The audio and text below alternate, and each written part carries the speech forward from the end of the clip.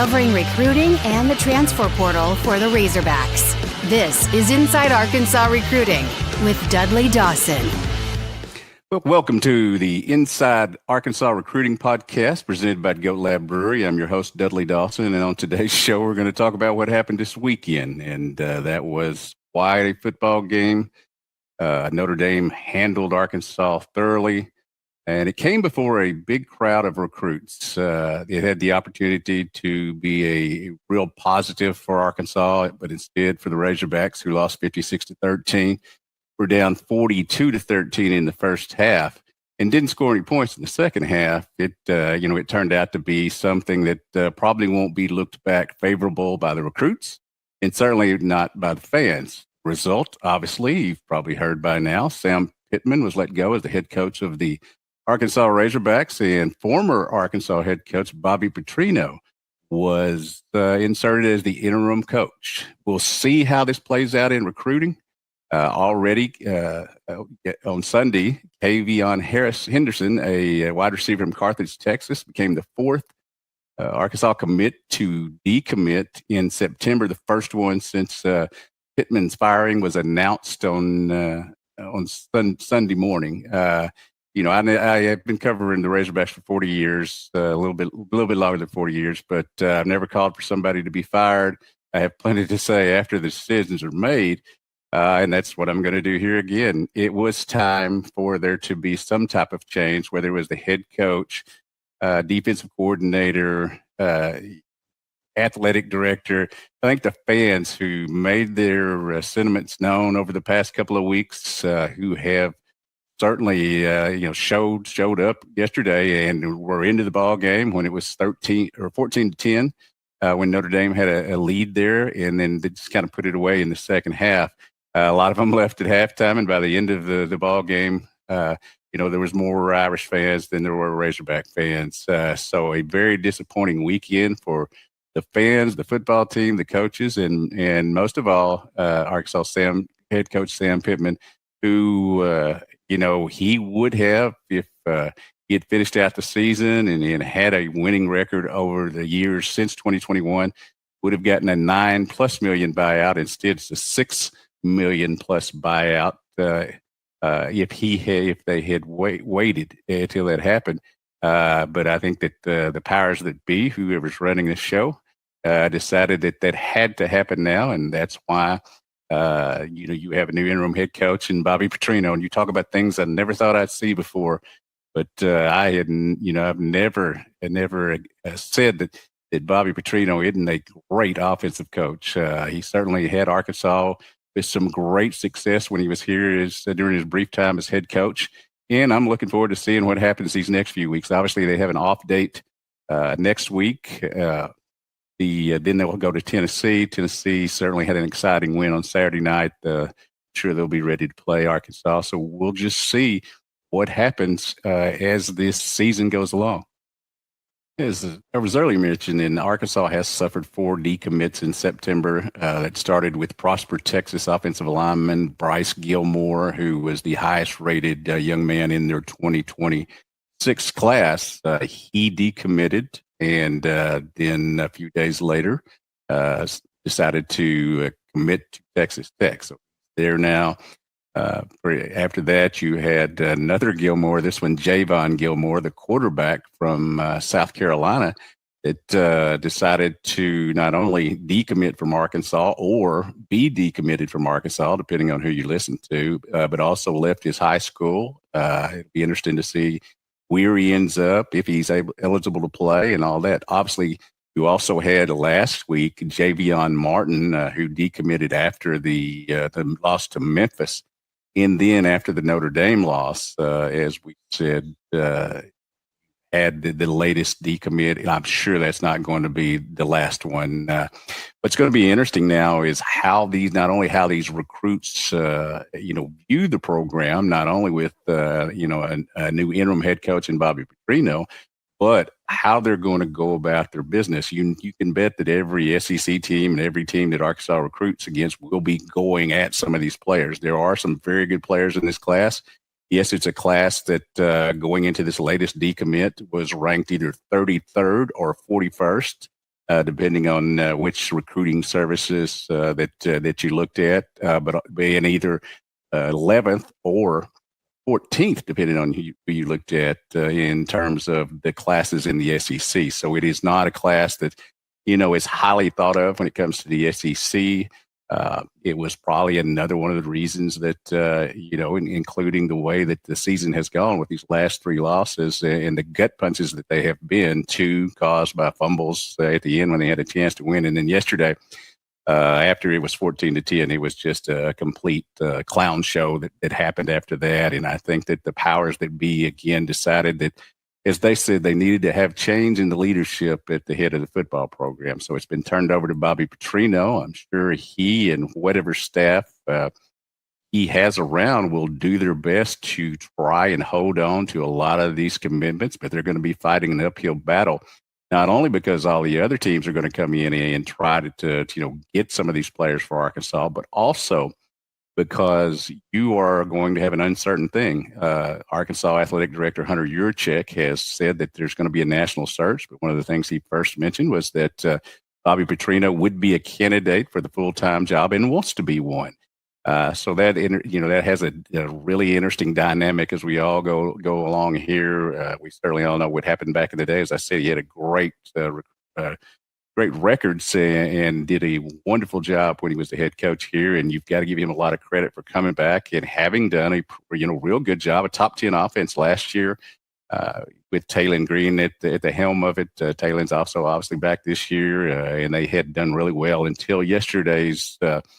I would say the last 6 quarters, the offense has not shown the explosiveness that it had. Also, obviously, the level of competition is getting tougher, and that's one thing that's going to happen also the rest of this year. You've got this bye, but then you've got Tennessee, Texas A&M, Mississippi State, who's shown it's much better than people thought it would be. Just Auburn, just a litany of teams that you're going to have to go out and beat on the field. And we all know that the best thing you can do in terms of recruiting is win football games.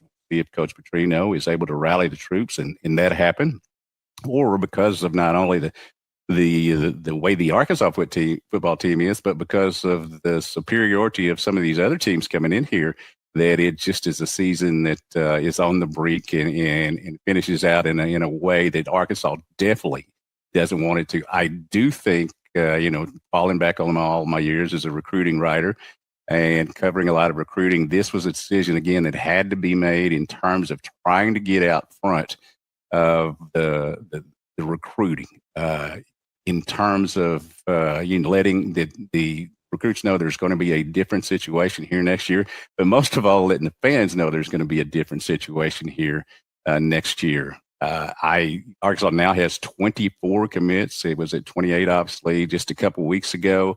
The situation has definitely changed. And as we said, I'll be monitoring the transfer portal and also, the high school kids, because this is a different situation than it used to be.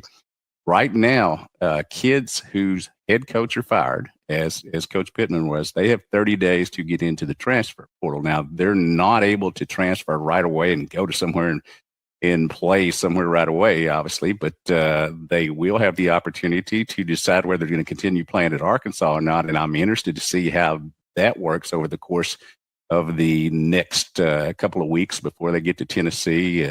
See if anybody puts their name in the portal. You would like to think that there are kids here that would finish the job and finish this season, but I'm not naive enough to not think that there'll be some who will see their better opportunity and don't want to get hurt, because right now, as we all know, college football and its landscape is more of a business, and it's going to be about your earning capability.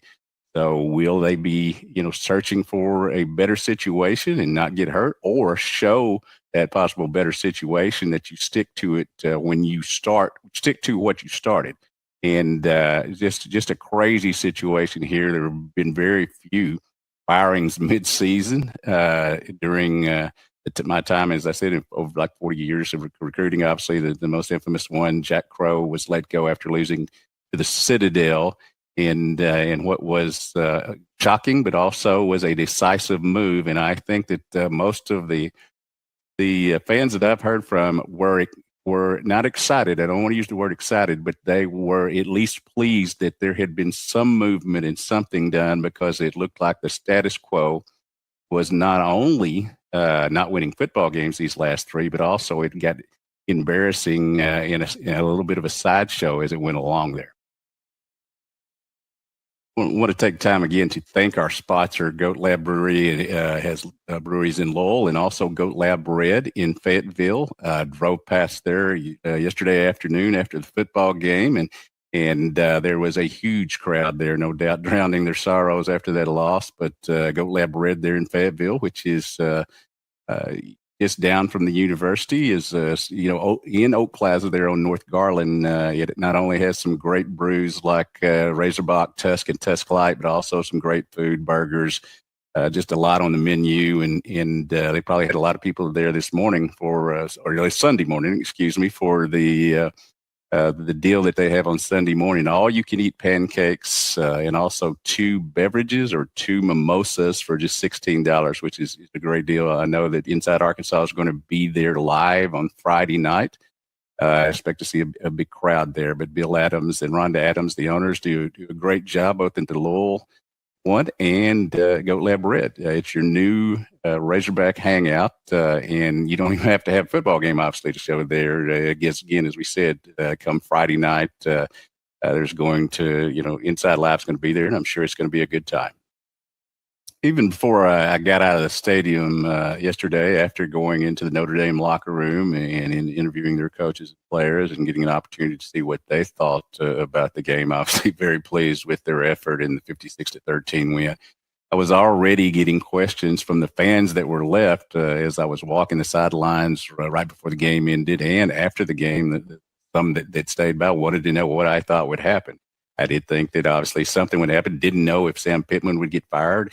But, it is because of the buyout money and all that. But obviously somebody over there decided that an extra $3 million wasn't worth taking this any later into the season. Now you have 2 ways this thing could go. Obviously, really maybe 3, because Bobby Petrino could come in, fire up the troops. They could win football games. And as I said, winning football games is the best thing you can do for recruiting. And he'll get the opportunity to be the full-time head coach down the line. The other couple of ways it could happen is that they will continue to lose and this class could implode. That's just how it is. Many times when you make the change at head coach, it takes a couple of years to get things back together. It's a little different these days, though, because you have the transfer portal. But what you're going to have here is a December signing period for high school, and then a 1 period, as long as the NCAA approves this early next month, 1 period for transfer portal. So you're going to have to hit on those. It may not get much brighter quicker, but it does have the opportunity if you can make the right hire. There's obviously a lot of candidates out there that are being tossed around as possible guys that could come here and take the job. We all know the number one thing that you have to do in college football now is have a great head coach and also have a lot of money to be able to get the players here. That's a simple thing. It's no longer just staying in touch with them all the time. As we had Dr. Fitchhill, former assistant coach at Arkansas, head coach at San Jose State last week, and he mentioned it's still somewhat about relationships, but it's always going to be transactional now. So we'll see how the things work themselves out. I do suspect that we will see several more decommits either this week or in the coming weeks, even though the staff that what's left will try to do their best to hold on. It was interesting that there were a lot of Arkansas players that came out after the firing and wished Coach Pittman well or talked about how he had been there for them. You could see that a lot of players, had a lot of great feelings for him. At the same time, the fans were very vocal in their demand that you needed to have a different situation. Something needed to happen. You needed to at least placate the fans. That's the first step. Now we'll see what happens with what Hunter Yurchek said was going to be a national search. It's very the last time this job was open, a lot of people turned it down. A lot of people got raises.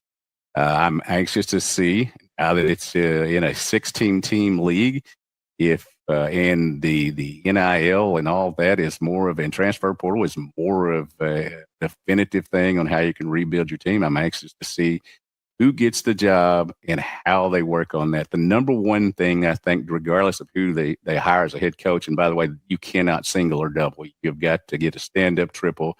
You got to hit a home run, and you may not be able to turn it around quickly, but you've got to hire somebody that can get this done for the long run. And it's got to be about recruiting. It's got to be about discipline. It's got to be about good coaches around you. And so that's some of the things that not only I'm going to be looking for, but these recruits are going to be looking for. Again, 24 commitments left in this class. We'll keep you up to date as we go along. Each time someone decommits, we'll get on here and let you know about it, tell you the reasons, what the kids said. But we know right now the uncertainty is certainly going to cause some acrimony with the recruits, just as it has with the fans. I appreciate everyone watching and listening to the Inside Arkansas Recruiting Podcast, presented by GoatLab Brewery in Lowell and Fayetteville. Be sure to subscribe to us here at Inside Arkansas on YouTube, as well as subscribing to the audio version of the podcast wherever you get your podcasts, and they're found. Again, I'm Dudley Dawson. We'll see you next time. And as I always sign off with these days, remember, yesterday is history. And thank goodness for that, huh? Tomorrow is a mystery, and today is a gift. Go out